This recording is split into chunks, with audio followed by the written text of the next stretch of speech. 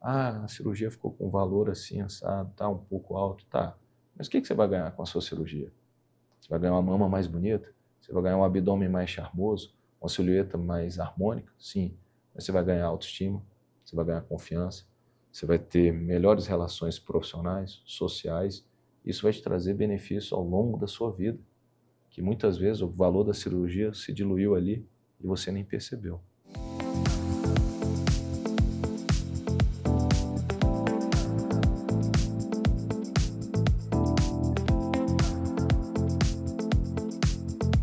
E antes de começar o episódio de hoje, eu quero apresentar e agradecer com muito carinho os nossos patrocinadores, que acreditaram nesse projeto desde o início e tornaram o consultório aberto ainda mais especial. A começar pela Cerrado Chic, uma loja que eu simplesmente amo.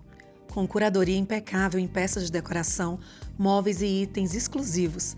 Foi a Cerrado Chic que assinou toda a ambientação do nosso cenário. Com bom gosto, originalidade e aquele toque que faz toda a diferença.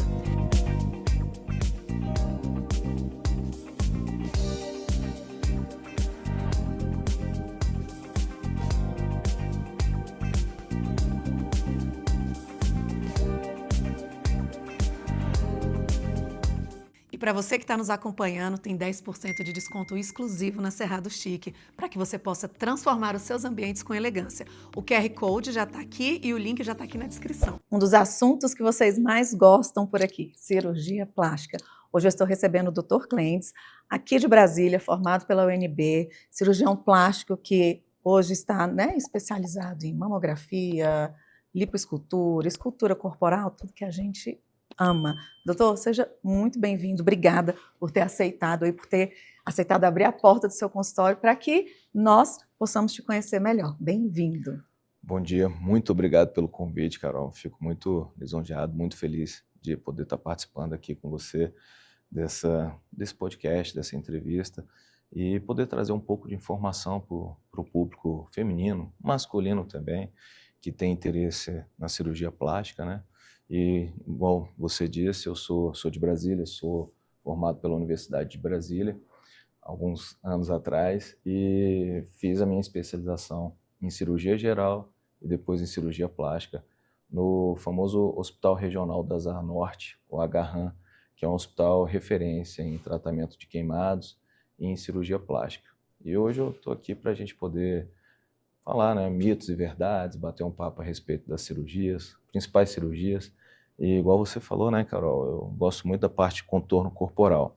Acho que o contorno corporal está muito envolvido nas cirurgias de mamas, então as mamoplastia em geral, as cirurgias de abdominoplastia, que a gente vai conversar um pouco, né, sobre as indicações, cortes, cicatrizes, e eu acho também a respeito da lipoescultura, lipoaspiração, para a gente poder trazer um desenho corporal mais harmônico.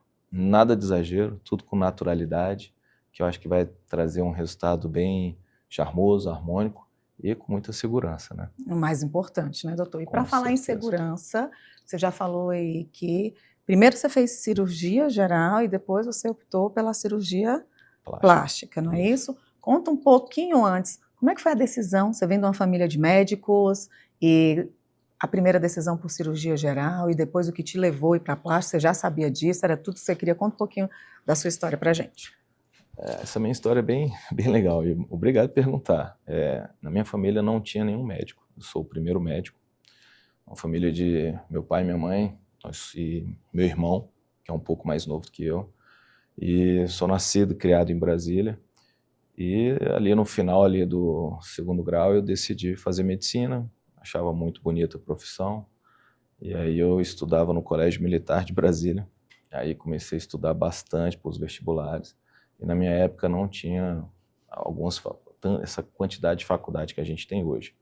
E consegui passar, né, para a Universidade de Brasília, a UNB. E, enfim, eu acho que todo mundo sabe que para se tornar médico a gente precisa de 6 longos anos de faculdade e que apresenta uma carga horária bem pesada. Enfim, vivência hospitalar, estudos e tudo mais. Mas já assim no primeiro ano da faculdade eu já comecei a me identificar ali nas aulas de anatomia com os processos de cirurgia, questão de cirurgia. Achava muito muito bacana, eu achava que era muito objetivo a gente pegar um bisturi, ter que salvar a vida daquele paciente, fazendo um trabalho manual e ao mesmo tempo científico. Porque a cirurgia não é apenas você usar o bisturi, cortar a pele, cortar a cavidade, retirar aquele órgão doente, não. É tudo baseado em ciência. Há anos que a cirurgia faz isso, publica seus trabalhos e a gente sabe que assim desenvolve as cirurgias bem realizadas com indicação. E aí depois, já durante a faculdade, eu fui me destinando para a área cirúrgica, até que eu fiz a prova para a residência em cirurgia geral. Por que cirurgia geral? Porque ela é a porta, ela é o caminho, ela é a entrada de todas as áreas, todas não, mas de grande parte das áreas cirúrgicas, das subespecialidades. E eu já achava o hospital, o Agarran, um hospital que apresentava um volume cirúrgico muito importante. Conheci alguns professores que lá trabalhavam, que eram referências, e consegui passar na prova, né, para cirurgia geral nessa época. E nessa época eu acabei servindo o Exército, porque era um serviço militar obrigatório, e aí aguardei um ano e fui fazer a cirurgia geral.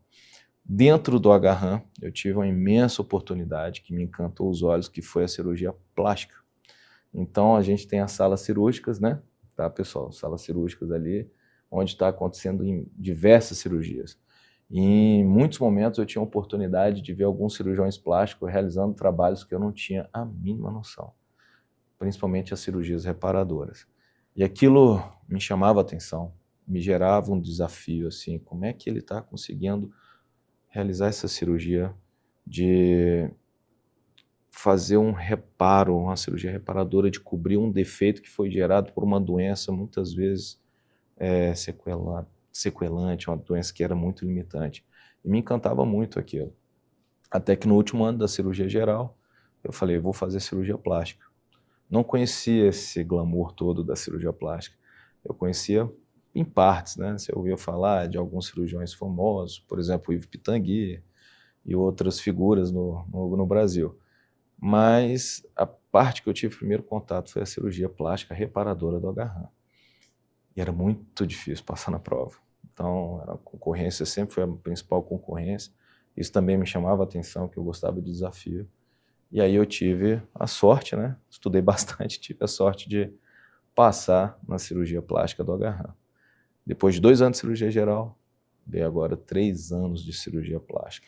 Então, você tem 2 especializações depois da medicina, é isso? Isso. Depois da medicina, eu fiz 2 especialidades, 2 residências, e hoje eu sou voltado basicamente para a cirurgia plástica. E aí, ao longo desses anos, junto com a cirurgia reparadora, né, a gente aplica, estuda e desenvolve também a cirurgia estética. Não que elas sejam separadas, elas não são. A gente tenta sempre aliar as duas, né, tanto a estética quanto a reparadora. Mas ao longo dos anos a gente vai estudando, vai aplicando esses conhecimentos e participando de cursos, congressos, né, para a gente poder ter a segurança e sabedoria em indicar e realizar essas cirurgias. E mais um detalhe que eu não comentei, até hoje eu estou nessa cirurgia plástica do Agarran, então eu sou também, né, digamos, servidor e trabalho nesse hospital que me abraçou. Eu tenho um carinho enorme, apaixonado pelo meu hospital de formação e estou lá, né, junto com a minha clínica privada. Maravilha. Depois vamos falar dela também, né? E você trabalha com 3 áreas que são aí grandes sonhos, né?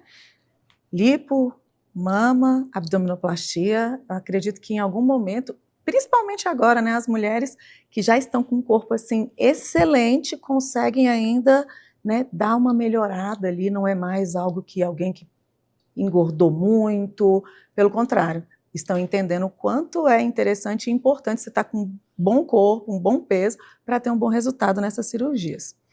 O que faz o seu olhar ser diferente, que um leigo não vê e que você enxerga de longe ali, que vai trazer um resultado natural, como você acabou de nos falar. Natural, com segurança, mas falar nisso com naturalidade. O que te diferencia? O que seu olhar diferencia nisso?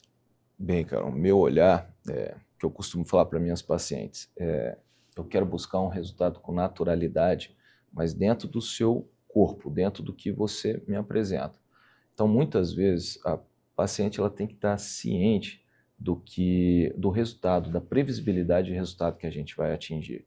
Eu não posso chegar para ela e falar, olha, você vai ficar linda, maravilhosa e perfeita e vou te entregar um corpo de uma Barbie, ou vou entregar um corpo de um famoso.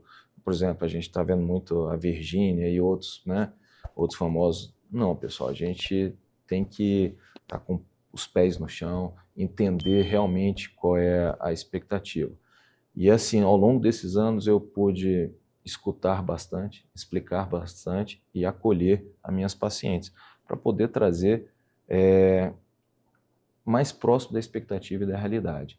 Então, o que eu costumo focar bastante na minha consulta? Olha, qual é o seu desejo? O que você quer? Doutor, eu quero uma mama super projetada, com colo muito marcado e que chegue antes e que pareça com essa foto aqui. Então, com o mundo digital está muito acelerado, as pessoas estão buscando corpos fantásticos, sonhos que estão ali nas redes sociais. Então eu tento, olha, vem para cá, olha só, essa pessoa ela atingiu esse resultado por quê? Ela é mais longilínea, ela é mais esbelta. Olha, essa figura pública aqui do Instagram, ela é famosa porque ela tem uma vida fitness, uma dieta mais equilibrada. Então, o que eu tento explicar para elas? Olha, a gente tem que alcançar o resultado dentro do seu corpo, do seu dia a dia, da sua rotina. Você trabalha com o quê? Ah, sou professora. Ótimo, você é professora. Você trabalha quantas horas por dia? Como é que é a sua rotina? Você acorda que horas? Você faz atividade física? Faço atividade física 2, 3, tá um pouco assim, faço 2, 3 vezes. Ah, como é que é a sua alimentação? Como é que é a sua dieta? Ah, eu não tenho muito, não sigo muito uma dieta, não tenho muitos horários marcados. Então, eu acho que isso, se você quer atingir alguns resultados melhores, maiores, você tem que seguir alguns padrões. Então, vão melhorar a sua dieta, vão melhorar a atividade física para que eu possa fornecer para você um resultado cirúrgico melhor. Então, com isso também, buscar o quê? Um peso ideal. Não adianta a paciente estar com sobrepeso ou obesidade me pedir para emagrecer uma cirurgia de lipoaspiração. Então, pessoal, eu quero que vocês entendam. Lipoaspiração e abdominoplastia não emagrece ninguém, tá? São cirurgias que vão melhorar a sua silhueta, vão melhorar seu contorno corporal dentro do seu desenho corporal. Se você está apresentando um peso fora da sua altura, um estilo de vida que não condiz com o resultado que você está alcançando, a gente tem que começar pelo início, pelo começo. Vamos mudar o estilo de vida? Vamos fazer uma dieta? Vamos começar uma atividade física? Para depois eu indicar a melhor cirurgia para você. E graças a Deus, muitos pacientes têm entendido isso.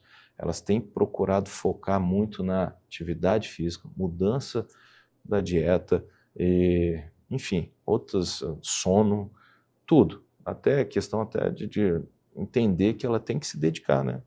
Eu atendo muito, assim, Carol, eu tenho o prazer de atender muitas pacientes que já são mamães, né?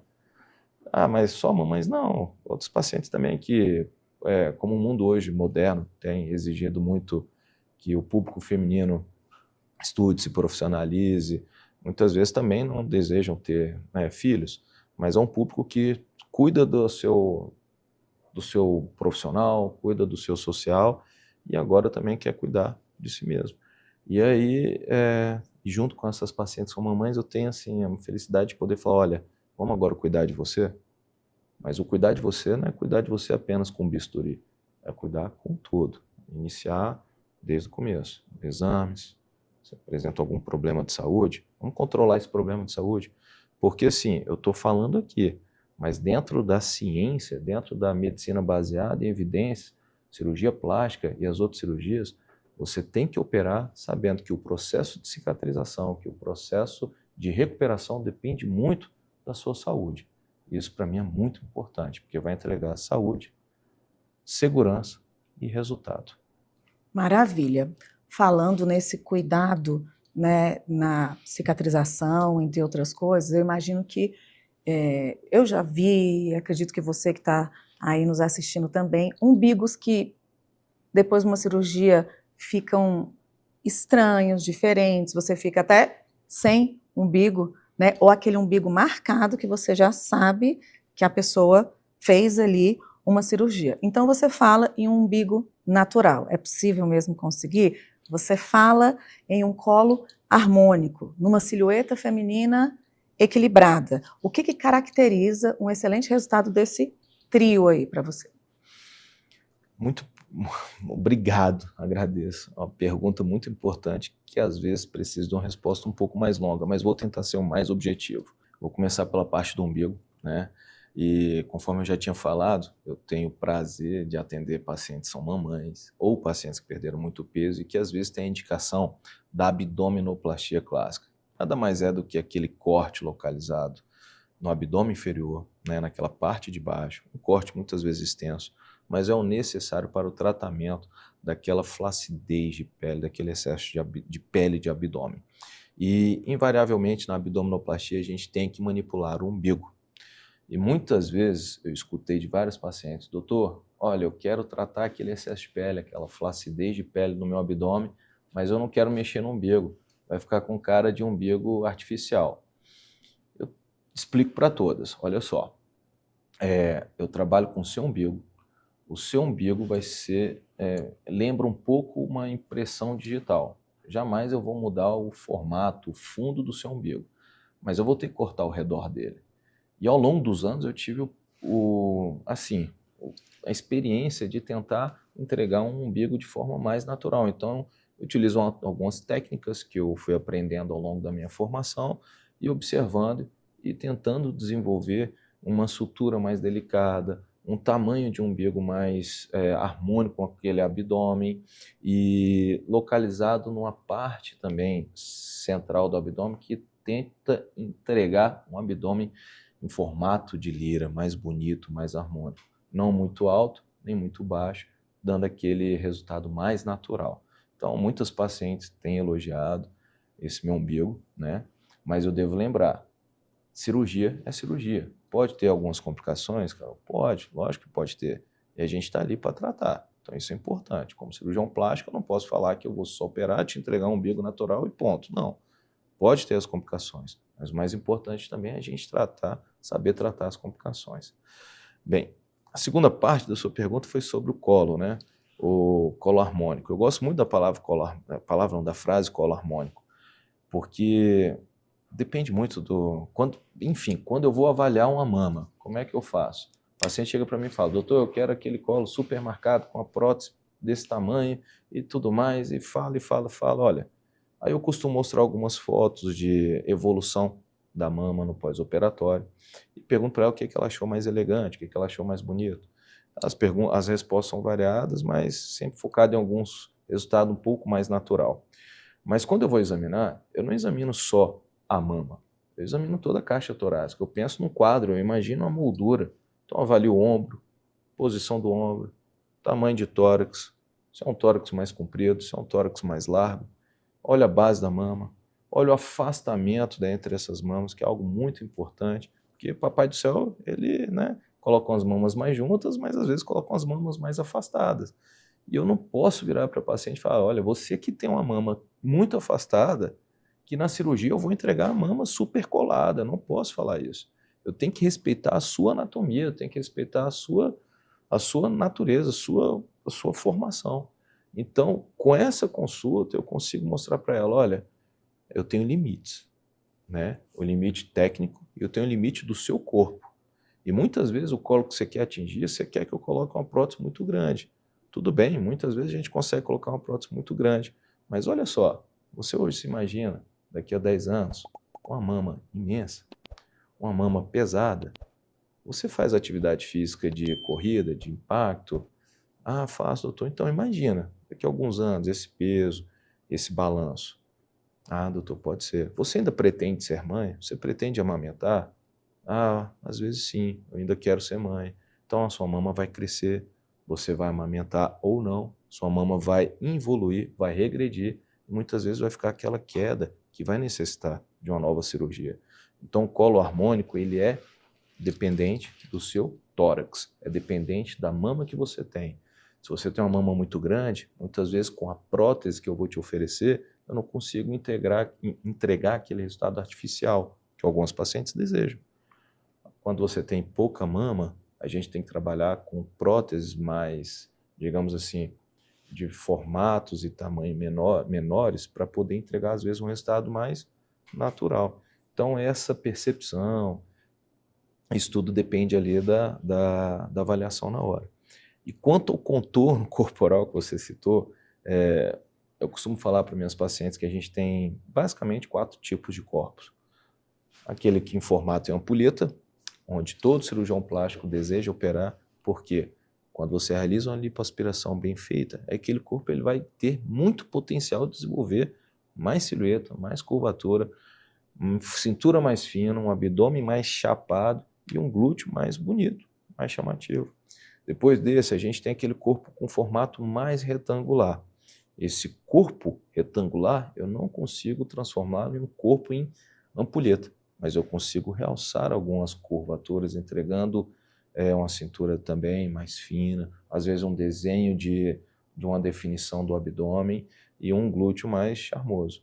E a gente tem os corpos triangulares e os triangulares invertidos, que eu costumo explicar para essas pacientes que a gente tem certos limites. Eu não posso levar esses corpos para um corpo de uma paciente em ampulheta, que tem mais atividade física, que tem uma cintura, digamos, uma bacia, um quadril mais ginecoide, onde apresenta um glúteo mais charmoso e uma cintura mais fina.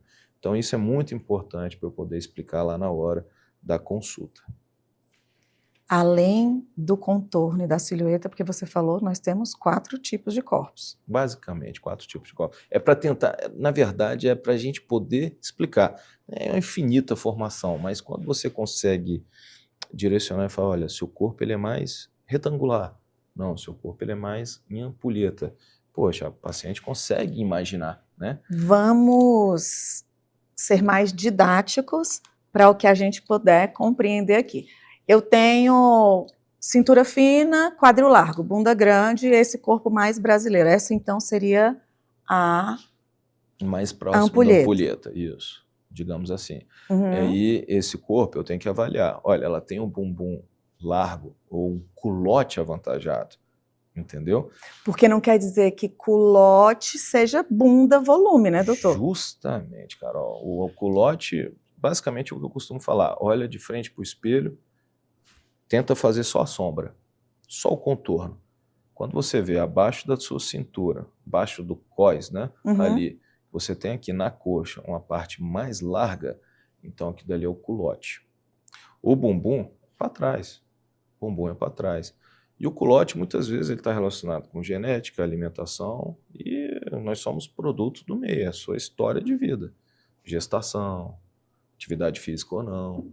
Está agora muito evidente também a questão do lipedema, né? Isso está muito evidente, então assim, está tendo um tratamento muito específico para isso, mas isso é para eu poder exemplificar, que muitas vezes a paciente tem um culote, tem um bumbum largo e a cintura não é tão fina, ou é muito fina, e às vezes eu falo, olha, o seu tratamento não é só na cintura, porque se eu realçar a sua cintura um pouquinho, justamente, você vai ficar com o quadril mais visível, mais largo, mais desproporcional. E vai parecer mais gorda. Vai parecer mais gorda muitas vezes. Na hora de vestir a calça, ela vai lá e aperta a calça na cintura e fica sentindo a mesma dificuldade de vestir aqui na altura da coxa. E o tratamento muitas vezes inclui a lipoaspiração dessa região do culote, né? A lipoaspiração às vezes da parte interna da coxa também, para a gente tentar deixar mais harmônico. Mas isso dentro de cada corpo, de cada, né, avaliação, né? Aí, essa silhueta mais bonita, se a gente estiver pensando que eu quero um bumbum mais projetado, porque sendo mãe, como você falou, essa flacidez, o bumbum perde, né, com o tempo também, mesmo que você mais jovem tenha ali um bumbum, se você não está malhando o suficiente, ou tem gente que já não tem mesmo e quer deixar essa silhueta bonita. Quando eu penso numa silhueta bonita, se a gente pensar na ampulheta, ela é toda ali redondinha. Como é que você faz para poder projetar esse bumbum? Tem como? Usa-se essa gordura? Como é que funciona para essa harmonia toda, se no caso ela também quer um bumbum bonito, tirar essa gordura das costas? Isso mesmo, Carol. Então, assim, nossa, sou muito fã. Fala que contorno corporal, e isso envolve muita parte da lipoescultura. E, assim, na minha formação acadêmica, eu tive também a oportunidade de fazer parte do grupo de lipoaspiração de definição. Que a lipoaspiração de definição a gente quer realçar algumas musculaturas com naturalidade, pessoal. A gente tem visto muitos pacientes artificializando, tentando marcar gominhos no abdômen feminino. Isso gera masculinização, isso gera artificialidade. Enfim, e aí tentar desenhar essa cintura e ao mesmo tempo desenhar a parte de trás, que a gente chama a região logo acima do bumbum, a lombosacra. Não é um termo técnico, né? Mas para poder lipoaspirar aquela região, tirar ali uma gordura legal, ou seja, sem exageros, para a gente poder realçar o glúteo que você já tem. E aí na lipoescultura, a gente pega essa gordura e trata essa gordura. Eu, na minha experiência, tenho o costume de tratar essa gordura, limpar essa gordura, lavar, deixar decantar, retirar a parte principal, onde tem ali o excedente de células de gordura e poder fazer o que a gente chama de lipoenxertia. Só que aí que está uma chave, está uma parte muito importante. Muitos pacientes viram e falam: doutor, tira a minha gordura toda e coloca no meu bumbum. Não tem como. Primeiro, eu estou fazendo um transplante de células. Então, olha só, é uma arte, né? Mas ela é baseada em ciência. E o transplante de células, eu não posso pegar 1 litro de gordura de células que estão ali e colocar em cada glúteo. Eu sei que vai dar problema. E muitas vezes o paciente chega: não, eu quero botar 900 ml, 1 litro. Isso não é saudável. Por quê? Toda célula de gordura que é transportada de um local, por exemplo, da barriga, das costas, e é colocada em outro local do corpo, por exemplo, no glúteo, ele precisa receber irrigação, senão aquela célula morre, aquela gordura vai morrer. Então, a área receptora é muito importante. Não adianta nada a gente ter um bumbum muito pequeno, com pouca área, e querer jogar 1 litro, 900 ml, 800 ml de gordura, porque eu sei que aquela célula de gordura, provavelmente, aquele contingente que eu mandei, não será bem nutrido. Consequentemente, parte dessa gordura e o que é normal vai ser absorvido. Então, toda lipoenxertia existe a absorção dessa gordura, mas os outros problemas que podem vir, né, que são, por exemplo, formação de cistos oleosos, ou seja, virar bolsas de óleo, que muitas vezes necessita de punção. Em algumas situações, essa gordura que não sobrevive pode até infeccionar, virar abscesso. Em outras situações, ela pode calcificar, virar uma bola de gordura muito dura. E nas outras situações, mais comum, aquela quantidade de gordura que você jogou, daqui a 2, 3, 4, 5 anos, dependendo da variação de peso que você obtiver, aquele bumbum pode crescer desproporcional, entregando aquele resultado não muito elegante, aquela anca larga, aquele bumbum que mais chama a atenção na academia, não por ser bonito, por ser estranho, artificial, porque toda paciente deseja, geralmente, aquele bumbum em formato de coração, que não é sempre alcançável, mas a gente pode melhorar. E não aquele bumbum onde está muito cheio na lateral e falta tecido embaixo.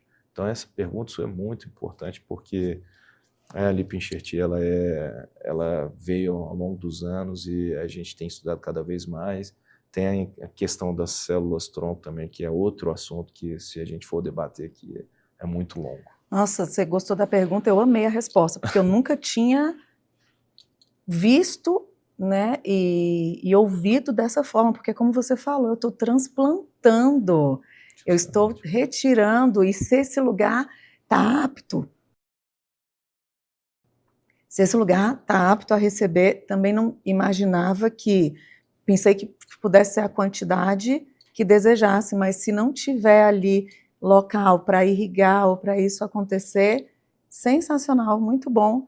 E os problemas aí, né, quando um médico, quando um profissional, caso você vá até o doutor ou procure outro profissional, presta bem atenção nisso, o nível de conhecimento, porque se ele falar assim, podemos deixar a sua bunda enorme, como você trouxe, uma mulher magrinha que quer, porque quer essa bunda, pode ter um problema de necrosar, Justamente. né, de acabar Necrose. você ficando sem até o que tem, né, doutor? E trazendo, às vezes, sequelas.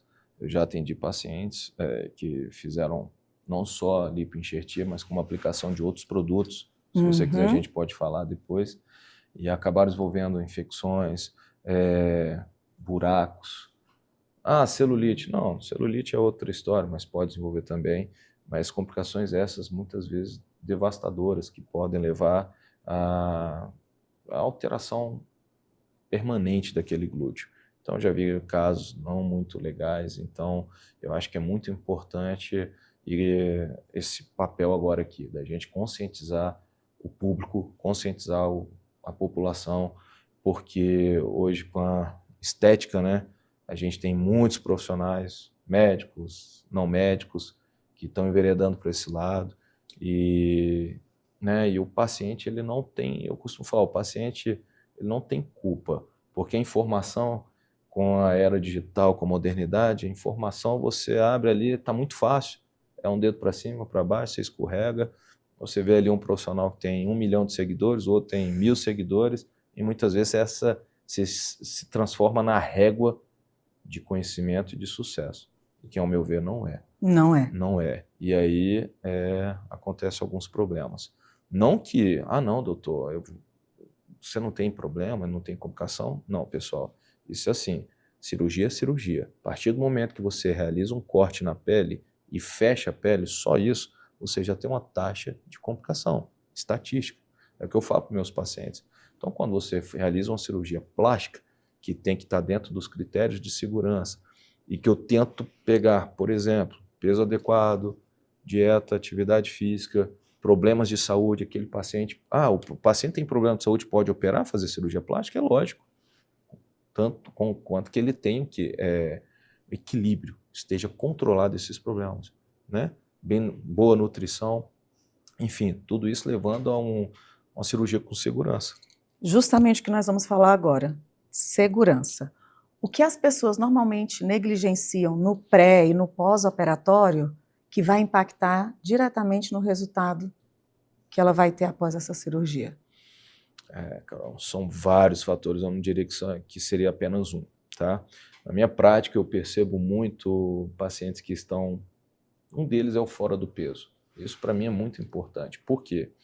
A depender da cirurgia que você queira realizar, é uma cirurgia eletiva, pessoal. É uma cirurgia que vai ser marcada. É uma viagem, é um planejamento. Então a gente tem que planejar antes também, né? Eu costumo falar, brincando, quando você vai viajar, você não planeja? Quando você vai fazer uma cirurgia, você tem que planejar.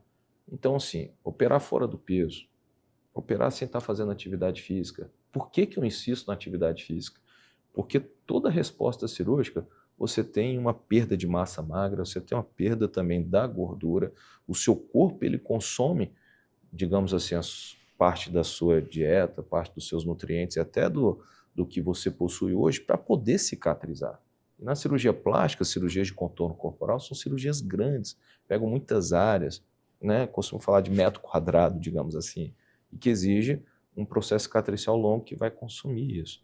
Então, o preparo de peso, dieta, atividade física, para mim, é essencial. Depois disso, eu costumo ver alguns pacientes que apresentam problemas de saúde e que falam, doutor, eu tenho pressão alta. Você tem pressão alta? Mas eu tomo remédio de vez em quando. Não, então se você tem pressão alta e toma remédio, você está tomando errado, porque pressão alta é uma doença ao longo da vida que você tem que tomar remédio todos os dias para poder controlar a sua pressão. Porque esse paciente que tem pressão alta, no ato cirúrgico, ele pode sangrar mais do que o paciente que não tem pressão alta. Se ele não estiver controlando, se ele não estiver tomando aquela medicação diária e não apresentar os níveis pressóricos adequados, ele pode sangrar mais. Outra doença, muito, né, que hoje acontece muito, é a diabetes e os problemas relacionados ao... Cicatrização. Cicatrização. Então, assim, pacientes com diabetes e com, às vezes, síndrome metabólica que não toma medicação ou que não faz atividade física, tem um perfil hormonal que não está legal. E isso vai atrapalhar a cicatrização. Porque, querendo ou não, pessoal, cirurgia plástica cortou a pele, a gente tem um negócio chamado cicatrização. O paciente só entende que a cicatrização é o corte ali. Mas para gente que estuda, né, a medicina baseada em evidências, lê os artigos, sabe que o processo cicatricial ele vai muito além do que aquele corte na pele. Cada célulazinha, cada vaso sanguíneo que chega ali na tua cicatriz para poder fechar, ela exige milhões e milhões de enzimas, proteínas e pode ter certeza, diabetes, as alterações hormonais, por exemplo, hipotiroidismo, as deficiências de vitaminas, deficiências nutricionais vão impactar em cada célulazinha e pode alterar, pode trazer um processo de cicatrização não muito adequado. E eu, como cirurgião plástico, sou apaixonado pelo processo de cicatrização, estudei isso na faculdade, estudei isso durante minha residência para poder tentar entregar aquela cicatriz mais harmônica, mais bonita, mais natural que eu entrego no dia a dia. A gente vai falar de cicatrização já já. Vamos voltar lá no que nós negligenciamos, ou seja, não damos atenção e acreditamos que a cirurgia vai fazer um milagre, não vai. Você dividiu, então, no pré, atividade física muito importante, né, peso, eu estar atento caso eu tenha alguma comorbidade, tenha diabetes, que eu esteja com tudo isso muito bem equilibrado, ou seja, me cuidar mesmo tendo um problema. Então, isso tudo é do pré, né? Aí, tô ok, realizo a minha cirurgia, vai tudo bem ali. O que as pessoas normalmente negligenciam no pós, que também vai impactar no bom resultado dessa cirurgia? Antes de falar do pós, eu preciso falar do intraoperatório. Então, o intraoperatório é muito importante. E os pacientes não entendem muito isso. Por quê? A gente tem a fase do pré-operatório, antes da cirurgia, que a gente acabou de falar, o intraoperatório e o pós-operatório. Então, no intraoperatório, eu, como cirurgião plástico, aviso minhas pacientes, olha só, o seu corpo está aqui, desenhado para mim, mas a partir do momento que eu inciso a sua pele, corto seu tecido subcutâneo, chego na sua musculatura, eu vou ver como é que está a parte de dentro. Sangramento, elasticidade dos tecidos, ligamentos, se consegue suportar aquela tração ou não. Então, o intraoperatório é muito importante. Se é uma gordura que liquefaz, que desmancha com facilidade, ou se é uma gordura mais fibrótica, é uma pele que tem mais elasticidade ou que tem menos elasticidade, porque o intraoperatório, ele é ali, é a decisão, é o momento da cirurgia que o cirurgião está focado, ou seja, desliga do mundo, só presta atenção na cirurgia, né? Ele palpa os tecidos, ele entende qual é a sua limitação, sua capacidade e desenvolve ali a cirurgia naquele tempo lá cirúrgico, né? Digamos assim. Ótimo, acabou a cirurgia, daí para frente vem os cuidados. E os cuidados operatórios são muito importantes. Bem, quanto à cicatriz, o que o paciente tem que entender? Antes de qualquer coisa, eu costumo falar que a gente tem 3 pilares para a cicatrização. Paciente, cirurgião, material. O cirurgião plástico com formação, conforme a gente explicou, que tem residência médica, eles têm uma sutura muito semelhante às vezes, né? E não muda muito. Então, ele é um fator que varia muito pouco no seu processo de cicatrização. Depois disso, material. Eu costumo falar que a gente tem, basicamente, 4, 5 tipos de fio para superfície, para pele, que não varia também muito naquele processo de cicatrização. Mas o pilar principal é o paciente. Ou seja, se ele tem uma genética, se ele tem um histórico familiar, que ele tem um processo de cicatrização não muito bom, ele tem que entender que ele pode vir a desenvolver uma cicatriz que não seja tão bonita, inestética. Só que a gente tem que ter alguns cuidados, e dentro do arsenal a gente tem. Então, o primeiro deles, a depender da cirurgia que a gente realiza, a gente tem que obedecer às medidas posturais. Por exemplo, se eu realizar uma abdominoplastia, a paciente não pode chegar a esticar já de cara, ficar totalmente reta no pós-operatório. Por quê? Vai exigir uma tensão sobre sua ferida operatória e a tensão pode levar à abertura dos pontos ou uma cicatriz alargada ao longo do tempo. Na mama, mesma coisa, a depender da cirurgia que a gente realiza, por exemplo, a mamoplastia ou mastopexia em T. O pessoal entende muito que é aquela cicatriz em volta da areola, que desce pela vertical e vai no sulco mamário.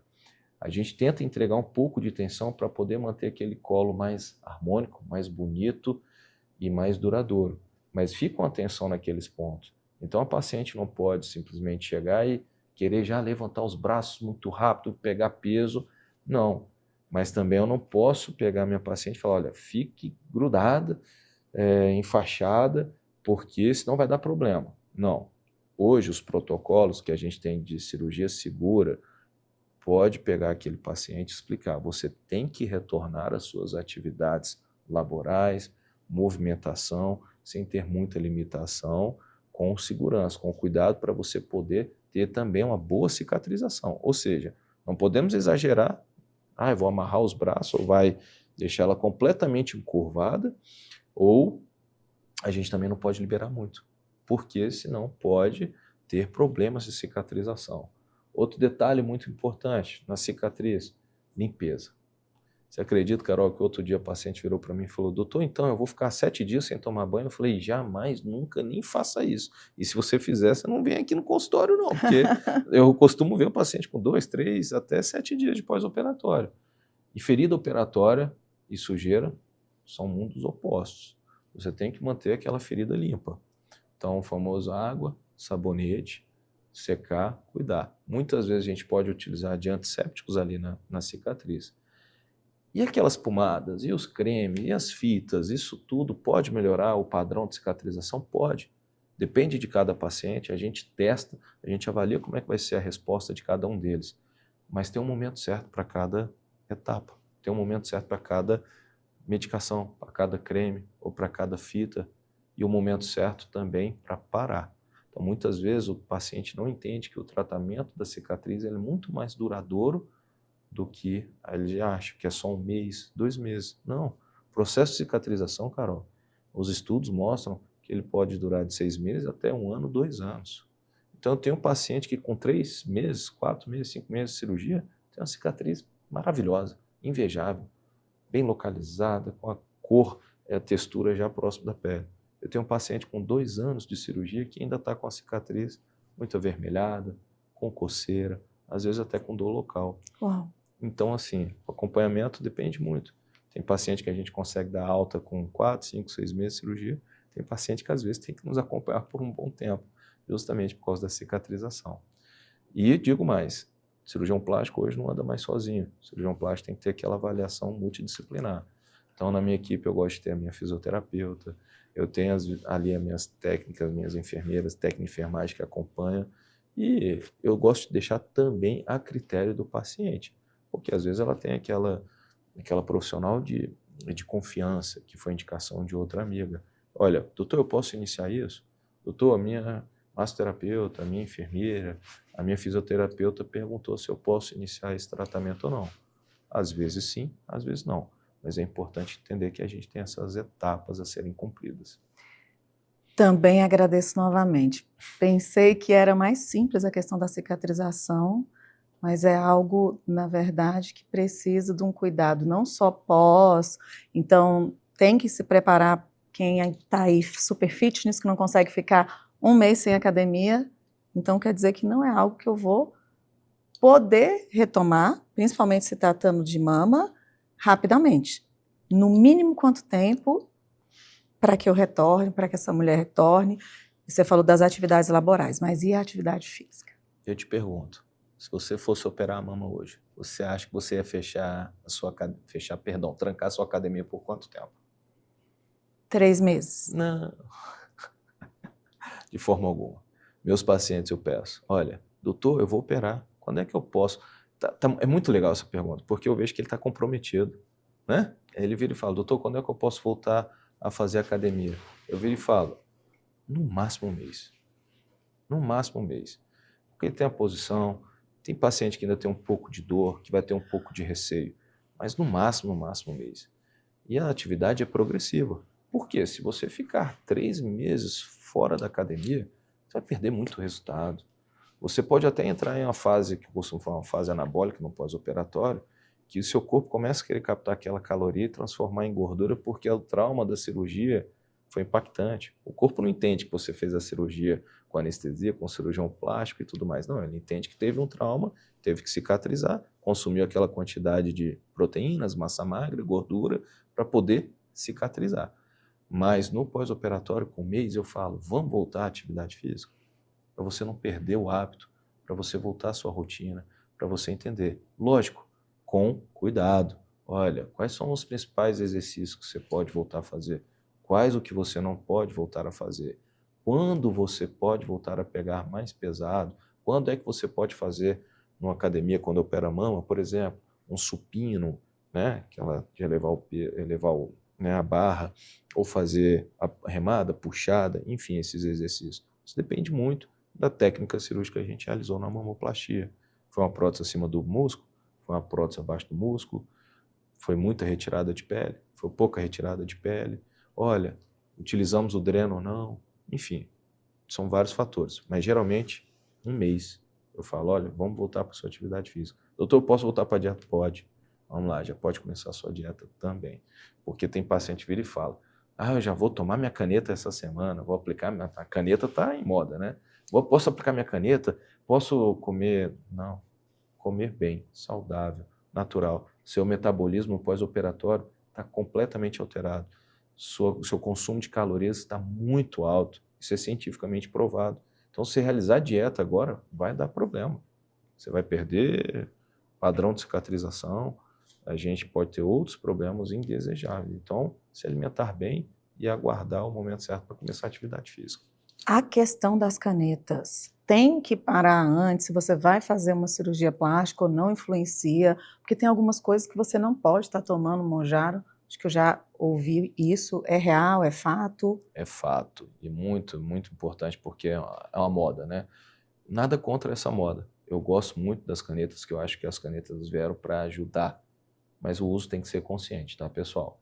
Por quê? A caneta ela ajuda a perder peso, mas ela tem que mudar a mentalidade.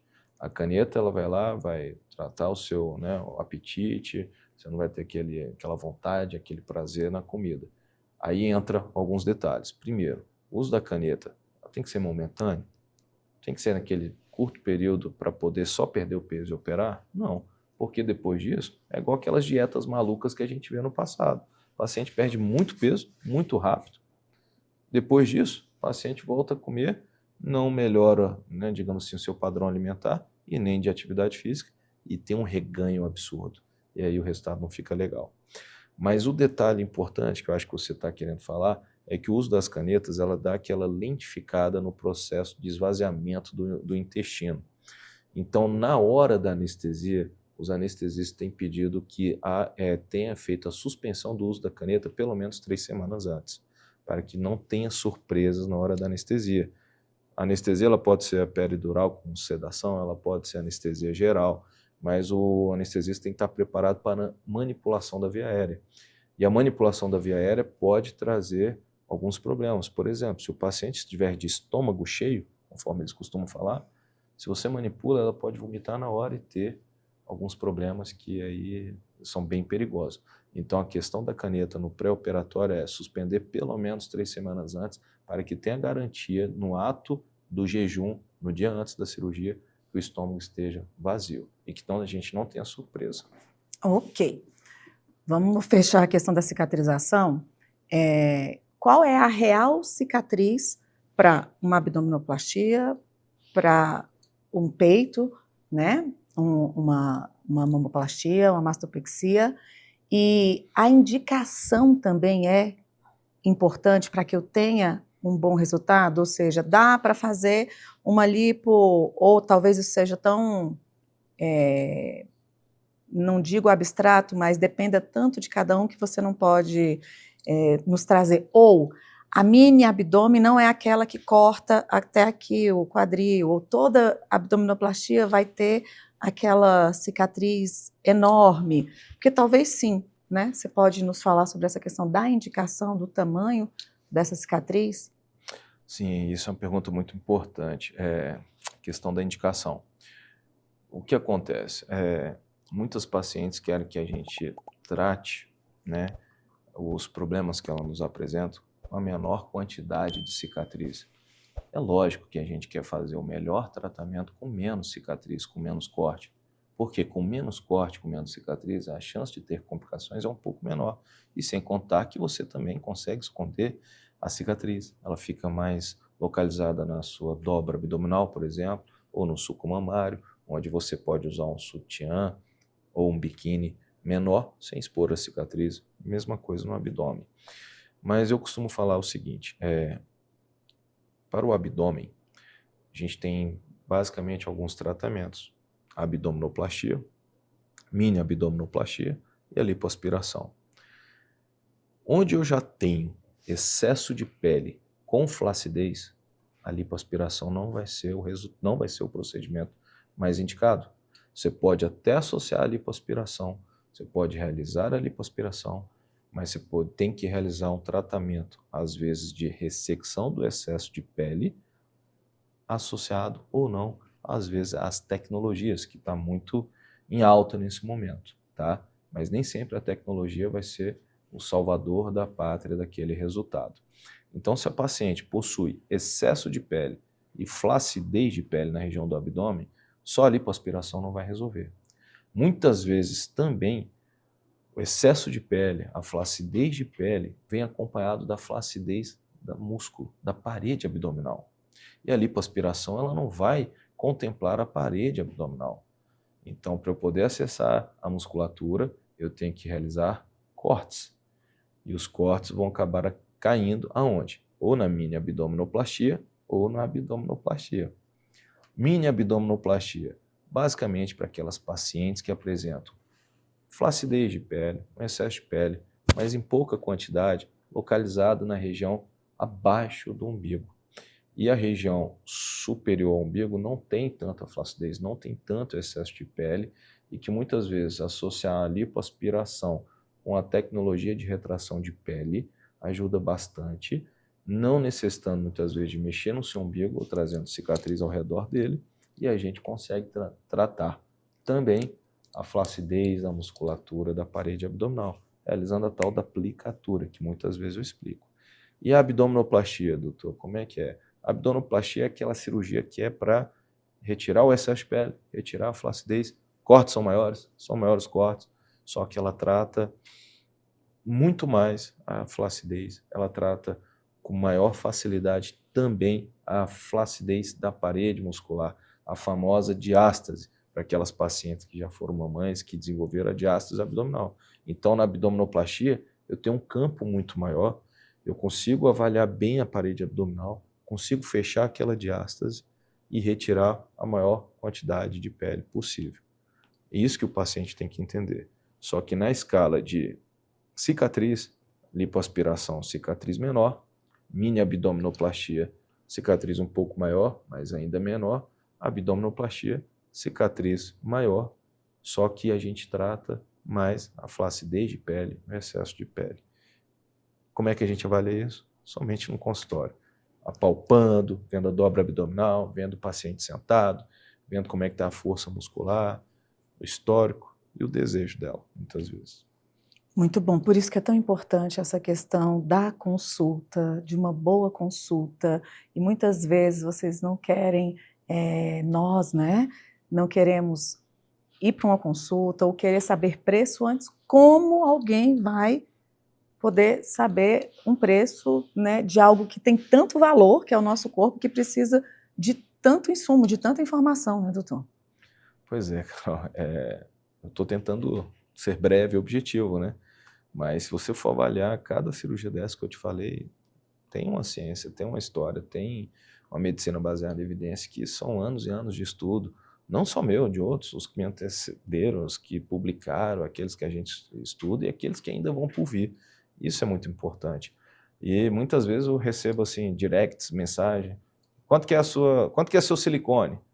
A pergunta nem é assim, quanto que é a cirurgia de inclusão de prótese mamária? Quanto é o seu silicone?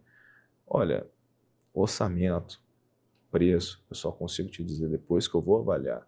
E não é só avaliar a mama, porque muitas vezes também tem outros pacientes que querem assim, não, olha, a mama é essa, aí quer mandar foto da mama só, sabe?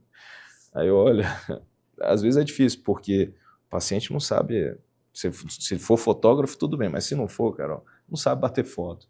Um movimento que você faz aqui na câmera do celular, você distorce tudo, você fica com o perfil da mama alterado e isso acaba atrapalhando a avaliação. E tem que avaliar o paciente como um todo. A gente tem que avaliar tudo, tudo, tudo, tudo. A partir daí, eu consigo dizer qual é o valor, qual é o orçamento, qual é o valor da sua cirurgia.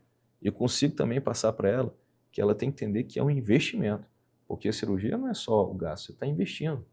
Ah, a cirurgia ficou com um valor assim, assado, tá um pouco alto, tá. Mas o que você vai ganhar com a sua cirurgia? Você vai ganhar uma mama mais bonita? Você vai ganhar um abdômen mais charmoso? Uma silhueta mais harmônica? Sim. Mas você vai ganhar autoestima, você vai ganhar confiança, você vai ter melhores relações profissionais, sociais. Isso vai te trazer benefícios ao longo da sua vida, que muitas vezes o valor da cirurgia se diluiu ali e você nem percebeu. Faz todo sentido. Inclusive, quantos e quantos relatos de mulheres que conseguiram empreender, crescer na empresa, mudar de cargo, o impacto emocional gerado através de uma autoestima elevada é exponencial. Justamente, Carol, eu costumo falar que a gente não é transformador de corpos, a gente transforma as pessoas. E ontem eu fiz consultório, eu até me emocionei um pouco com o relato de uma paciente, que ela veio falar: doutor, muito obrigado. Ela tinha uma mama muito grande, paciente jovem. Aí ela falou para mim que, pô, doutor, obrigado, porque agora eu não uso sutiã. Eu falei: não, mas não é para você usar, você tem que usar sutiã. Não, mas eu não consegui botar uma roupa legal. Ela é guia turística. Aí ela falou: doutor, eu vou visitar todas as cachoeiras que eu não pude ver. Cara, isso para mim foi massa demais, sabe? Falei: pô, não, quando eu for, eu vou lá para acompanhar você, eu vou falar com você vai me levar para conhecer as cachoeiras da Chapada que eu ainda não conheço. Cara, aquilo me tocou, porque, pô, ganhar o dinheiro, operar, é legal, é bacana, é lógico, é meu dia a dia. Mas quando você impacta positivamente nisso aí, ela me marcou pro resto da vida. Eu acho que eu marquei ela também. Ainda nesse ponto, para a gente ir fechando, porque ele vai ter que voltar, eu estava aqui pensando, pelo menos umas 2 ou 3 vezes para poder falar, né, minuciosamente de cada procedimento desse. Com prazer, viu? Com prazer. E no ponto que a gente falou sobre o investimento, né, tem muita gente que pensa que a mama caída é só estética, né, ou que um abdômen flácido é só estética, são só questões estéticas, mas você traz que elas são questões estruturais também, né? Com certeza. Estruturais, psicológicas, tudo.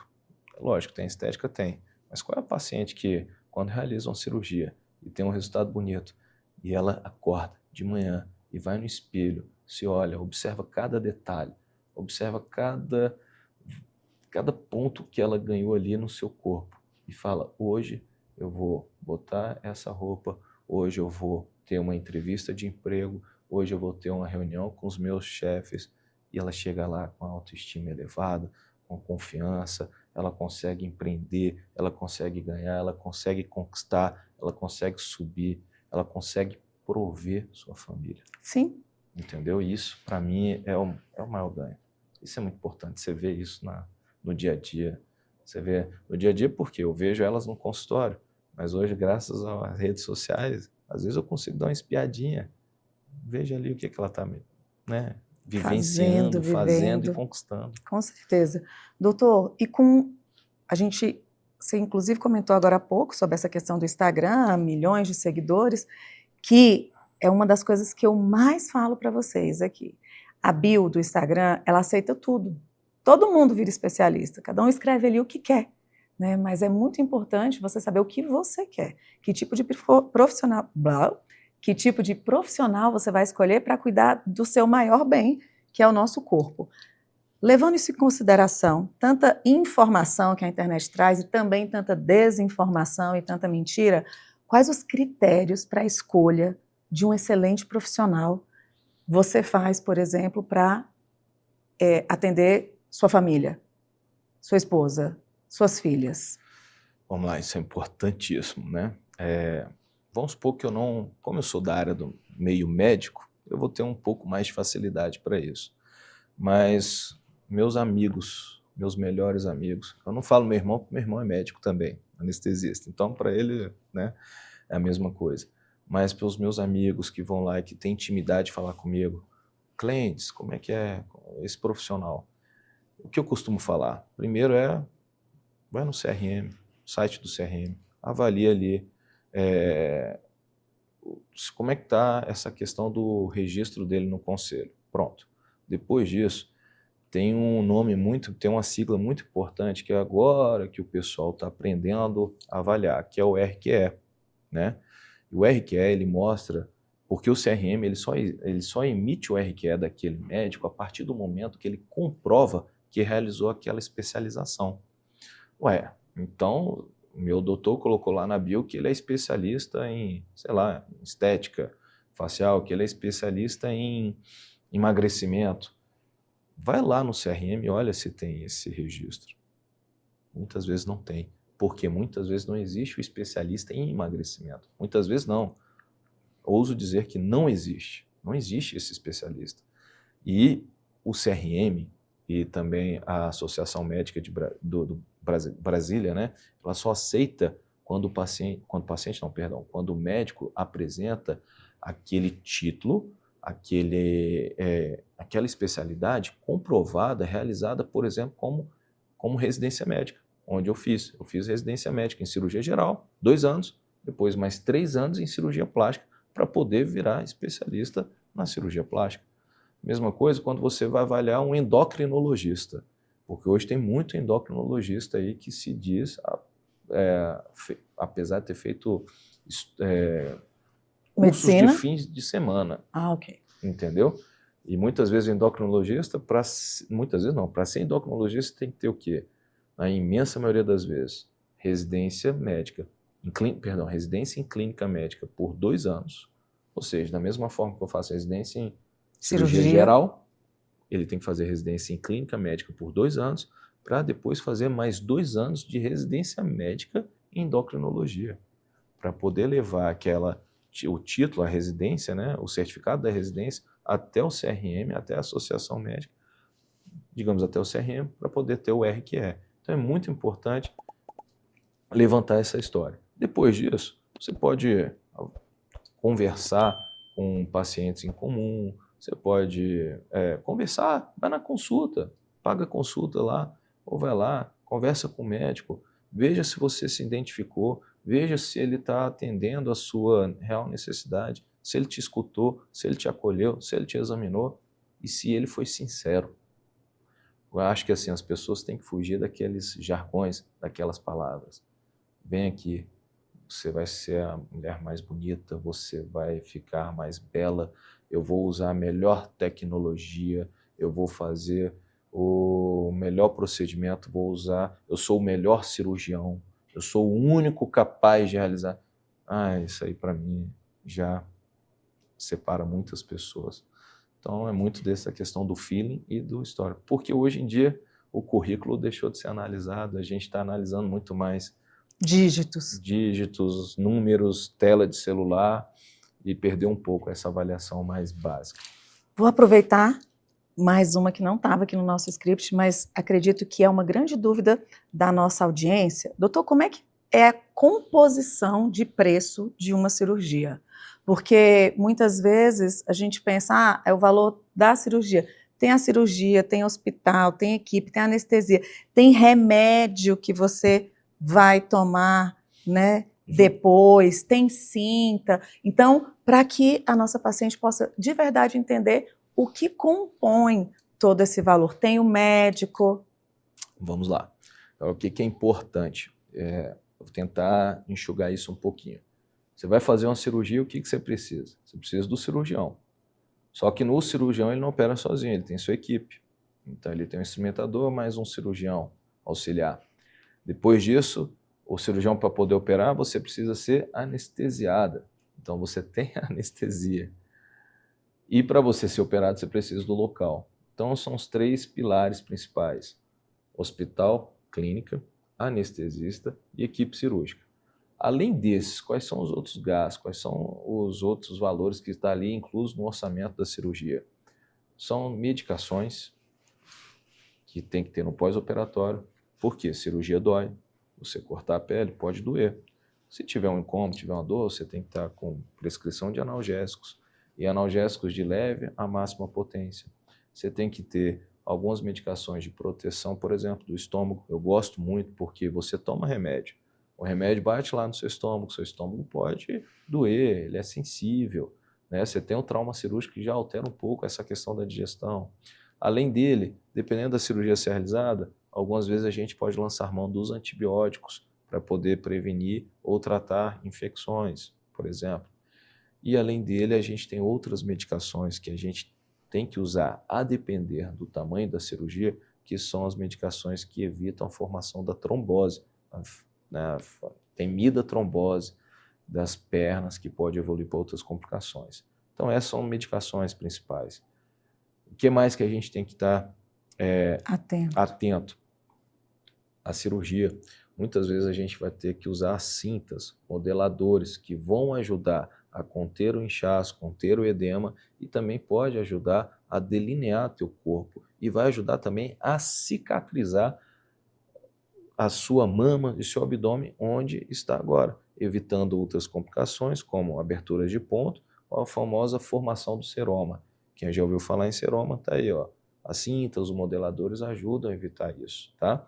Então, as cintas cirúrgicas, o sutiã cirúrgico, as talas, isso tudo está dentro também do orçamento. Outro detalhe, a depender do tamanho, eu costumo colocar para todos os pacientes, são as medidas mecânicas para evitar a tal da trombose. Então, eu gosto de usar muito meia de compressão, entendeu? E meia de compressão é simples. O único problema é que às vezes a paciente fica parecendo cheerleader, né? Ou então jogador de futebol que está comendo lá em cima. É uma vestimenta chata, mas é necessário que tenha uns dias para sair, né?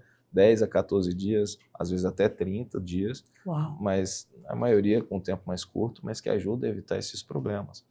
Bem, o que mais? Muito importante, que eu não posso esquecer também, a depender da cirurgia, principalmente contorno corporal, as drenagens linfáticas, né?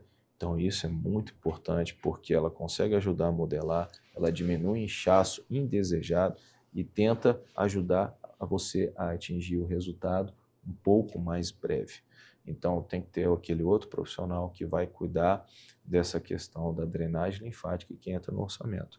E algumas vezes, alguns pacientes têm que notar que tem que ter o tratamento da cicatriz, conforme a gente já falou antes. Então tem que estar preparado às vezes para cremes, pomadas, fitas de silicone com corticoide, digamos assim, ou às vezes até o uso do laser em algumas outras situações. Última pergunta. Não, vamos falar mais. A gente vai, você volta para a gente falar mais. É bom, você vai ter que dar aula, tá vendo? Tá. Sempre a gente consegue diferenciar aqui os profissionais que, né, gostam mais de falar e são tão didáticos. E é tão importante isso, né, doutor, que a gente consiga perceber também o perfil de cada um, assim como a gente percebe, você percebe o perfil de cada paciente. Quero que você deixe uma mensagem para aquela mulher que muito provavelmente você já recebeu várias vezes, né, que tem, primeiro, o sonho de fazer uma cirurgia, mas normalmente é com nós mulheres que as pessoas começam a julgar. Você vai mexer com isso? Você vai fazer isso? Tá aí boazinha, se acontecer alguma coisa, tá vendo que você está procurando problema. Então, muitas vezes a gente né, deixa um sonho de lado por críticas ou por julgamento, né? Eu sou mega a favor de procedimento estético, acho que se a gente pode melhorar algo, e é como nós relatamos aqui, vale muito a pena, né? Então, esses tabus, né, que a mulher enfrenta até para poder tomar uma decisão e achar que, vou aqui, não posso fazer isso porque eu tenho que cuidar do meu filho. Uma mãe, uma mulher bonita, ela cuida muito melhor, e filho gosta de mulher bonita.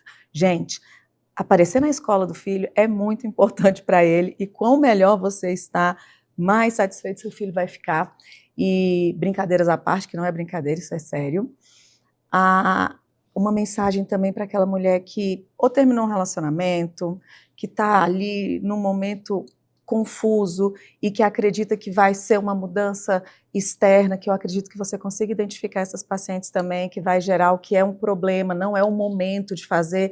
Então, para quem está pronta e é o momento, e para quem por alguma situação adversa, ainda não é o momento, ela tem que se alinhar psicologicamente antes de passar por um processo, por um procedimento cirúrgico, diretamente no olho dessa mulher ali.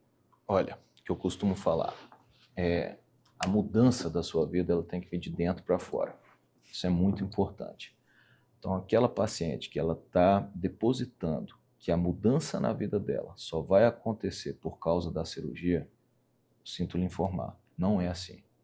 Se você quer fazer uma cirurgia plástica para melhorar tudo isso que você tem, autoestima, confiança, relações, ok, a gente vai avaliar qual que é a real necessidade e indicação dentro do limite do seu corpo. Mas a gente não pode confundir as coisas. Eu não posso virar para você e falar que a partir daquele momento você vai conquistar o marido dos sonhos, você vai conquistar o emprego dos sonhos e que a sua vida vai se transformar porque você realizou a cirurgia plástica. Não, você tem que começar a mudança de dentro para fora. Você tem que se engajar, é dieta, é atividade física, você tem que estudar, se especializar e cuidar de você. Só que vai ter certos momentos que você vai entender que por mais que você se cuide, por mais que você se dedique, você não vai atingir aquele resultado corporal. E aí entra o cirurgião plástico, aí entra a peça-chave. Olha, vamos indicar essa cirurgia para você. Você está bem? Emocionalmente você está equilibrada? Doutor, eu estou em depressão. Doutor, eu estou... E é comum, tá? É muito comum, Carol, chegar paciente no consultório e falar, eu tenho depressão. Isso é normal. Depressão é uma doença endêmica. Tudo bem. Você tem depressão? Tem. Olha, hoje só teve paciente aqui com depressão. A questão é, você está tratando? Uhum. Você toma as suas medicações? Sim. Você faz a sua psicoterapia? Sim. Você faz a sua terapia diária? Cuidar de você mesmo? Faço. Então você tem um problema de saúde que você está tratando. Seja bem-vinda. Isso não vai te atrapalhar. Agora, aquela paciente que já chega, está deprimida, aquela paciente que já chega, que não tem, que está depositando a confiança, a mudança da vida a partir da cirurgia plástica, não é o momento. Ela tem que entender que é isso, a mudança vem de dentro para fora. Tem alguns episódios que aconteceram na minha vida que eu cheguei a atender uma paciente que foi literalmente assim. Ela tinha perdido o filho há 1 mês, ela ainda estava vivendo o luto. E ela falou que ia recuperar a vida dela se fizesse a cirurgia na face. Carol, eu podia agir de outra forma. Não, vamos sim, vamos operar e vamos recuperar. Por mais que a cirurgia dela desse 100%. 100% de resultado, melhora, eu ia fazer uma cirurgia, né? Todo mundo ia sair feliz e ia. Mas será mesmo que era o momento dela? Pergunta que eu faço, será que era o momento certo? Falei, não, vamos fazer o seguinte, vai resolver a sua vida, espere o momento certo, espere passar essa fase. Essa notícia me deu uma das piores notícias que alguém pode ter, mas esse não é o momento de você operar. O momento agora é de você se cuidar, de estar perto dos seus familiares. Quando você se sentir bem, se sentir tranquila, você retorna que eu vou te operar. Mais ou menos 7, 8 meses depois. Tá? E pronto, deu certo, né? Que bom. Tá bom? Mas assim, isso é importante. Saber indicar o momento certo, saber contraindicar também. Muitas vezes a gente vive muito mais, muitas vezes não, mas é frequente ter contraindicação de cirurgia do que propriamente indicar. Porque as pessoas confundem, as pessoas acham que vão mudar tudo só na bisturi terapia. Não é verdade. Boa. Quadro final na ponta da língua, respostas intuitivas e rápidas em uma palavra ou uma frase, no máximo, ok? Ok. Então vamos lá. Para você, cirurgia plástica é? É a minha vida, é a minha dedicação, é o meu amor profissional. A cicatriz mais bonita é quando? É quando está bem indicada para o paciente certo. A pior indicação é? A cirurgia que não é desejada. A cirurgia fora do contexto, que não existe. Resultado natural significa? Amor próprio, melhora de qualidade de vida, autoestima e confiança. O maior erro dos pacientes é? Justamente o que falamos, depositar 100% de resolução da sua vida numa cirurgia. Uma verdade que ninguém conta sobre lipoaspiração. Lipoaspiração não é uma cirurgia pequena, é uma cirurgia muito grande, apesar de furos e uma cânula que passa ali. É uma cirurgia muito maior do que a gente imagina. Ok. Mamoplastia não é sobre tamanho, é sobre? É sobre naturalidade, é sobre saúde, sobre beleza. Abdominoplastia é indicada quando? Quando a paciente tem muita pele sobrando na barriga. Segurança para você começa em? Começa com o paciente entendendo os limites da sua cirurgia. E termina em? Em no pós-operatório, mais redondinho, satisfeito de todos. Doutor, obrigada. Espero que você tenha gostado. Gostou? Adorei, foi muito bom, muito gratificante participar aqui dessa entrevista, esse podcast com você. Eu te agradeço demais essa oportunidade. Agradecer também a sua audiência, esse público maravilhoso que te acompanha. Pessoal, se eu puder ter assim, orientado, mudado um pouquinho sua visão sobre cirurgia plástica, eu já saio daqui feliz, com parte da minha missão cumprida. Então você vai sair bem feliz, porque até eu que estou aqui ouvindo o tempo todo, tive uma expansão de consciência aí com relação a detalhes importantes que eu ainda não tinha me atentado. Poxa, sinceramente. Te agradeço, se eu pude modificar, se eu pude orientar, sugerir alguma coisa em você, então imagina, né, o povo que ali nos acompanha. Eu fico muito feliz por isso, estou muito, muito feliz mesmo. Que bom, Não imaginava que fosse assim. Que bom, obrigada. É muito bom surpreender, né? E para você, espero que você também tenha gostado, tenho certeza que gostou. Encaminha esse conteúdo. Nós falamos sobre tantas coisas importantes, além da beleza, para além da estética, como, por exemplo, como escolher o profissional certo para você, que vai fazer a diferença na sua vida e é na sua vida mesmo, porque se fala sobre muitas coisas ruins que podem acontecer numa cirurgia, mas tem uma muito séria que é óbito também. Então, escolha bem quem você quer que cuide da sua vida para que você continue viva, bem, bonita e melhor do que você já está. E como sempre, vou deixar aqui na descrição como encontrar o doutor. Coloque lá suas dúvidas, o procure na rede social, não para mandar foto e perguntar preço, mas sim para marcar uma consulta para que você consiga realizar o seu sonho, porque eu sei que cirurgia é o sonho, né, de muita gente e acredito que não vá mudar a sua vida, mas que melhora. E até o próximo consultório aberto.